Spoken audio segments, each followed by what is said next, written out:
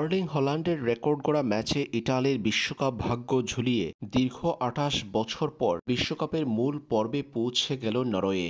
টানা তৃতীয়বারের মতো বিশ্বকাপ না খেলার ঝুঁকিতে পড়েছে চারবারের বিশ্ব চ্যাম্পিয়ন ইতালি। নরওয়ের বিপক্ষে বড় ব্যবধানে জয়ের প্রয়োজন ছিল ইতালির। শুরুতে এগিয়ে যাওয়ার আশায় বুক বেঁধেছিল তারা, তবে বাকি সময়ে আর জালের দেখা পায়নি তারা।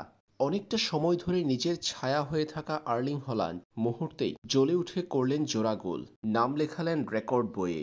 আরও একটা জয়ে ইটালিকে কাঁদিয়ে দীর্ঘ প্রতীক্ষার প্রহর পেরিয়ে বিশ্বকাপে পৌঁছে গেল নরওয়ে। ইটালির ঘরের মাঠে ৪-১ গোলে জয় পেয়েছে তারা। দিনের অন্য ম্যাচে দারুণ জয়ে বিশ্বকাপ বাছাই পর্ব শেষ করেছে ফ্রান্স। আর হ্যারি কেইনের জোড়া গোলে ইংল্যান্ডের অষ্টম জয়।